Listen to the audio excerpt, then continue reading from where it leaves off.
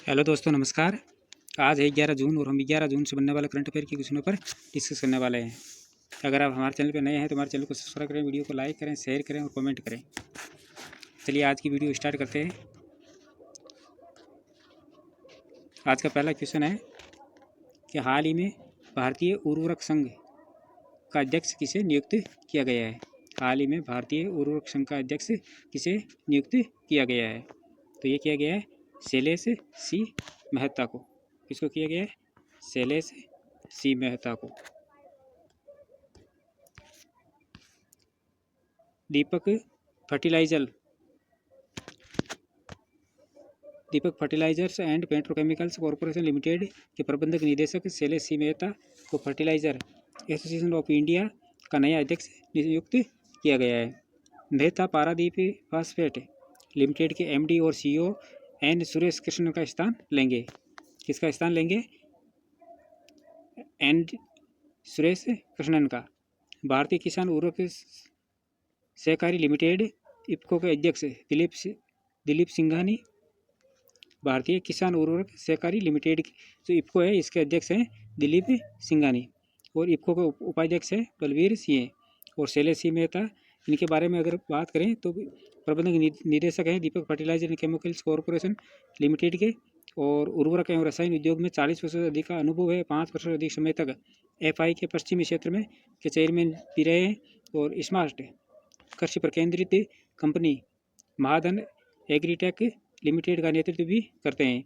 भारतीय उर्वरक संघ एक गैर लाभकारी संगठन है जो भारत के उर्वरक उद्योग को बढ़ावा देने और विकसित करने में महत्वपूर्ण भूमिका निभाता है और ये संगठन भारत के उर्वरक उद्योग के सभी हितधारकों को एक मंच प्रदान करता है जिसमें उर्वरक निर्माता, सरकार और अन्य संबंधित संगठन शामिल होते हैं। नेक्स्ट क्वेश्चन है कि हाल ही में किसे आरबीआई के अंशकालिक सदस्य के रूप में 16वें वित्त आयोग में शामिल किया गया है। हाल ही में किसे आरबीआई के अंशकालिक सदस्य के रूप में 16वें वित्त आयोग में शामिल किया गया है। तो ये किया गया है टी रविशंकर को। किया गया है टी रविशंकर को।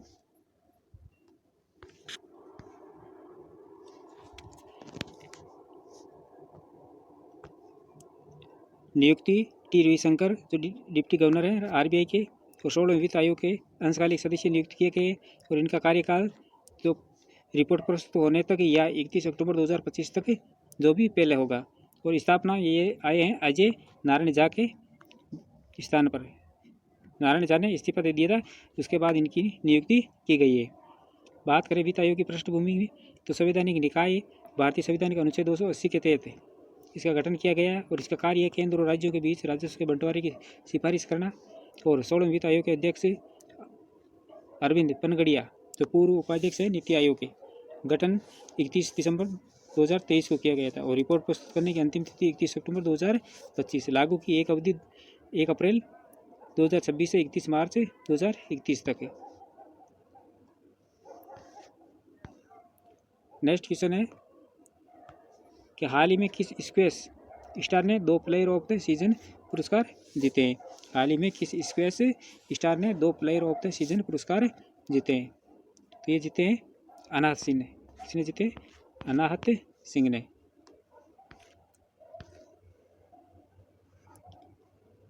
बात करें इनके पुरस्कारों की तो 2024-25 के सीजन में 11 में से 9 टूर्नामेंट में विजेता रही है। पीएसए चैलेंजर स्तर में विभिन्न टूर्नामेंट 3 केजी, 9 केजी, 12 केजी और 15 केजी इन सब के अंदर अजय रही है और पूरे सीजन में 29 मैचों में लगातार जीत दर्ज की है। और इनके जो प्रमुख टूर्नामेंट है एचसीएल स्क्वैश जो कोलकाता के अंदर और इंडियन ओपन जो 15 केजी का जो अनुभवी खिलाड़ी जोसन चिन्नप्पा को हराया था और ब्रिटिश जूनियर ओपन के अंदर अंडर 17 जनवरी 2025 के अंदर हुआ था।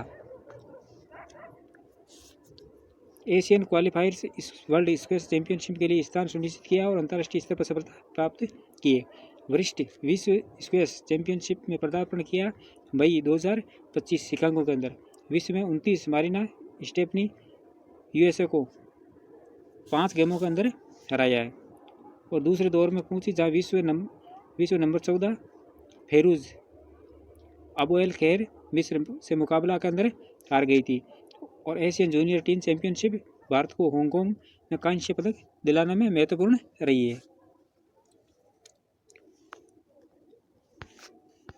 नेक्स्ट क्वेश्चन है कि हाल ही में भारत की पहली महिला राज्यपाल की सहायक उपाध्यक्ष किसे नियुक्त किया गया है? हाल ही में भारत की पहली महिला राज्यपाल की सहायक उपाध्यक्ष किसे नियुक्त किया गया है? तो ये किया गया है मनीषा पांडे को। किसको किया गया है? मनीषा पांडे को।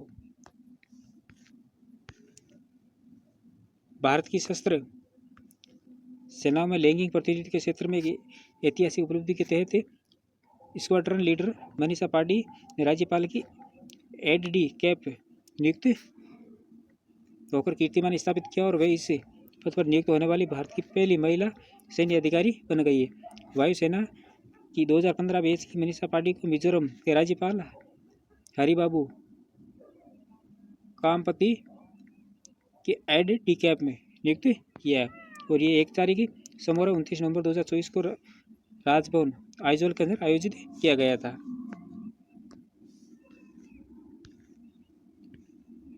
नेक्स्ट क्वेश्चन है कि हाल ही में अमेरिका ने कितने देशों के नागरिकों की एंट्री पर पूर्ण प्रतिबंध लगा दिया है? हाल ही में अमेरिका ने कितने देशों के नागरिकों की एंट्री पर बैन लगा दिया है? ये लगा दिया है 12 देशों की। कितने की लगा दिया? 12 देशों की एंट्री पर बैन लगा दिया है। अमेरिका ने 12 देशों के नागरिकों की एंट्री पर पूर्ण प्रतिबंध लगा दिया है। अमेरिकी राष्ट्रपति डोनाल्ड ट्रंप ने 4 जून 2025 को एक घोषणा पत्र हस्ताक्षर किया जिसमें राष्ट्रीय सुरक्षा और आतंकवाद के खतरों का हवाला देते हुए ये कदम उठाया है। इन देशों में अफगानिस्तान, म्यांमार, चाड, कांगो गणराज्य, equatorial mini, Eritrea, Haiti, Iran, Libya, Somalia, Sudan और यमन देश शामिल है। और इन देशों के नागरिकों को अप्रवासी और गैर अप्रवासी दोनों तरह के वीज़ा अमेरिका में प्रवेश की अनुमति नहीं होगी। और इसके अलावा 7 अन्य देशों Burundi, Cuba, Laos, Sierra Leone, Togo, Turkmenistan और वेनेजुएला के नागरिकों पर अंशकालिक प्रतिबंध लगा दिया है।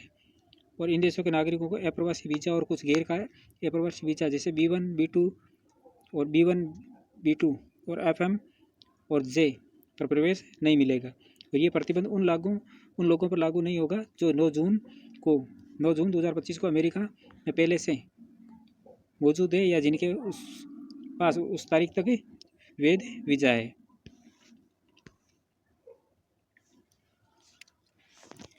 नेक्स्ट क्वेश्चन है हाल ही में भारतीय जीवन बीमा निगम ने मैनेजिंग डायरेक्टर और CEO का एडिशनल इंचार्ज किसे बनाया है? हाल ही में भारतीय जीवन बीमा निगम ने मैनेजिंग डायरेक्टर और CEO का इंचार्ज किसे बनाया है? तो ये बनाया सतपाल बानू को। किसको बनाया है? सतपाल बानू को। भारतीय जीवन बीमा निगम ने फाइनेंशियल डिपार्टमेंट को मंजूरी के बाद 8 जून 2025 को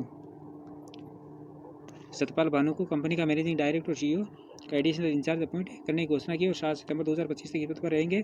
और अप्रैल 2023 में सिद्धार्थ मोहंती फर्म के अध्यक्ष के रूप में नियुक्त कर दिया गया था। पहले कौन थे? सिद्धार्थ मोहंती। इनको फर्म के अध्यक्ष के रूप में नियुक्त कर दिया तो उस पोस्ट पर इनको सतपाल बानू को कंपनी का मैनेजिंग डायरेक्टर MD नियुक्त किया है। वे LIC बोर्ड बांग्लादेश के भी सदस्य रहे हैं और LIC गोल्डन जुबली फाउंडेशन के ट्रस्टी भी हैं। और उनके इस काम के लिए हिमाचल प्रदेश ने लाहौल स्पीति में उन्होंने हिमाचल गौरव के अवार्ड से भी सम्मानित किया है।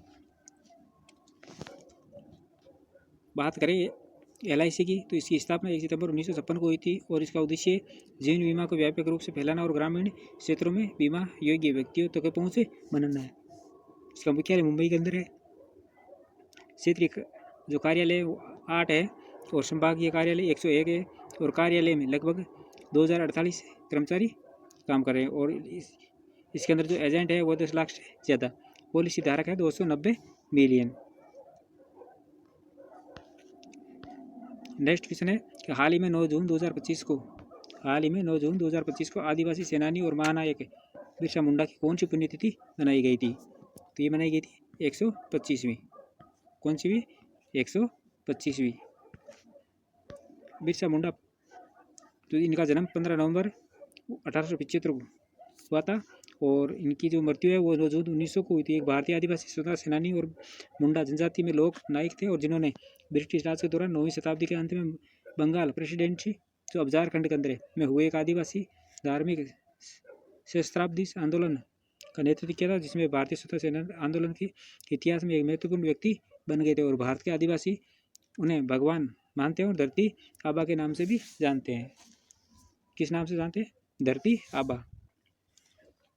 बिरसा मुंडा की समाधि रांची में पोखर के निकट डिस्टिलरी पुल के पास स्थित है और वही उनका स्टेचू भी लगा हुआ और उनकी स्त्री में स्मृति के अंदर रांची में बिरसा मुंडा केंद्रीय कारागार तथा बिरसा मुंडा अंतर्राष्ट्रीय विमान क्षेत्र भी है। और 10 नवंबर 2021 को भारत सरकार ने 15 नवंबर यानी बिरसा मुंडा की जयंती को जनजातीय गौरव दिवस के रूप में मनाने की घोषणा की थी। कब की थी? 10 नवंबर 2021 को।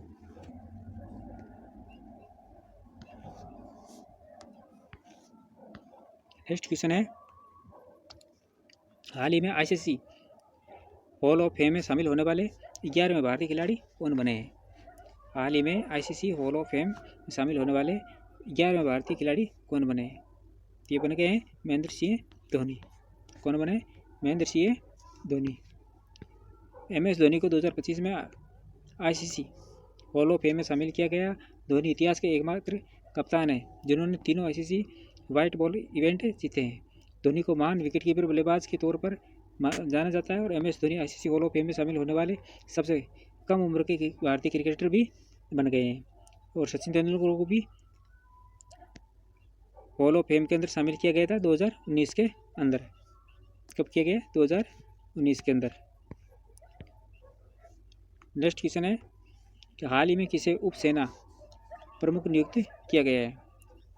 हाल ही में किसे उप सेना प्रमुख नियुक्त किया गया है? तो ये किया गया है लेफ्टिनेंट जनरल राजीव गई। लेफ्टिनेंट जनरल राजीव गई को।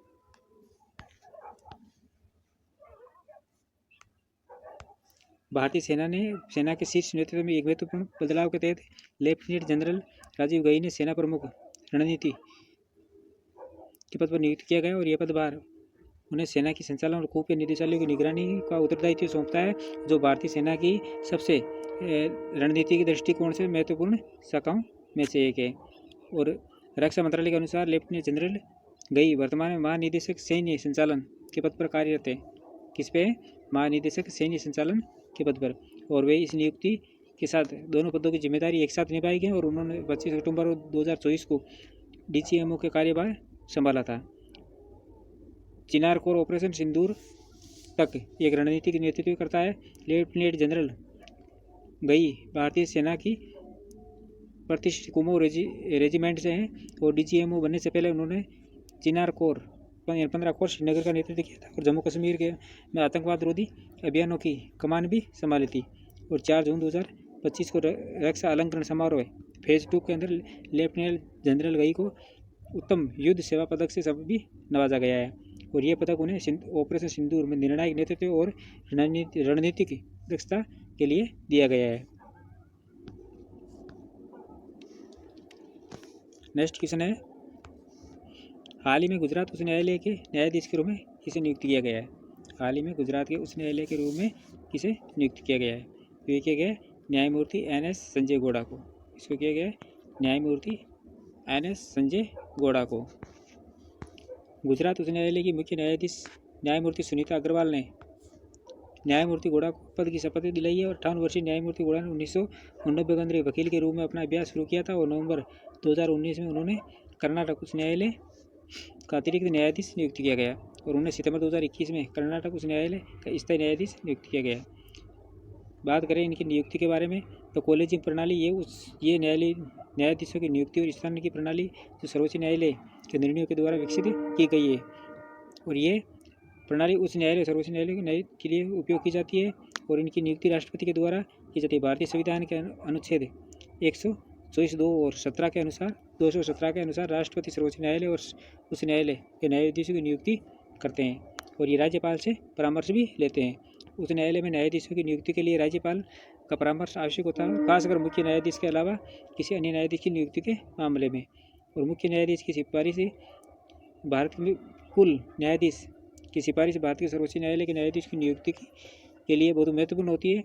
और भारत के संविधान का अनुच्छेद 124(4) में सर्वोच्च न्यायालय के न्यायाधीश को हटाने की प्रक्रिया बताई गई है, जो मुख्य न्यायाधीशों पर भी लागू होती है। नेक्स्ट क्वेश्चन है कि हाल ही में पहला ई वेस्ट रिसाइक्लिंग पार्क कहाँ बनाया जाएगा। हाल ही में भारत का पहला ई वेस्ट रिसाइक्लिंग कहाँ बनाया जाएगा। तो ये बनाया जाएगा दिल्ली के अंदर। कहाँ बनाया जाएगा? दिल्ली के अंदर। भारत का पहला ई वेस्ट रिसाइक्लिंग पार्क दिल्ली के ओलंपिक कला में बनेगा। कहाँ बनेगा? दिल्ली के ओलंपिक कला के अंदर। दिल्ली का ई वेस्ट इको पार्क उत्तर दिल्ली के ओलंपिक कला में 11.4 एकड़ क्षेत्र में विकसित किया जाएगा। और ये भारत सरकार के प्रस्तावित 4 ई वेस्ट पार्कों में से एक है। और इसे design build finance operator transfer model के तहत पब्लिक प्राइवेट पार्टनरशिप या PPP ढांचे के तौर पर तैयार किया जाएगा। तो दोस्तों ये थी हमारी आज की क्लास। ऐसे ही महत्वपूर्ण प्रश्नों के साथ कल फिर मिलेंगे। तब तक के लिए धन्यवाद।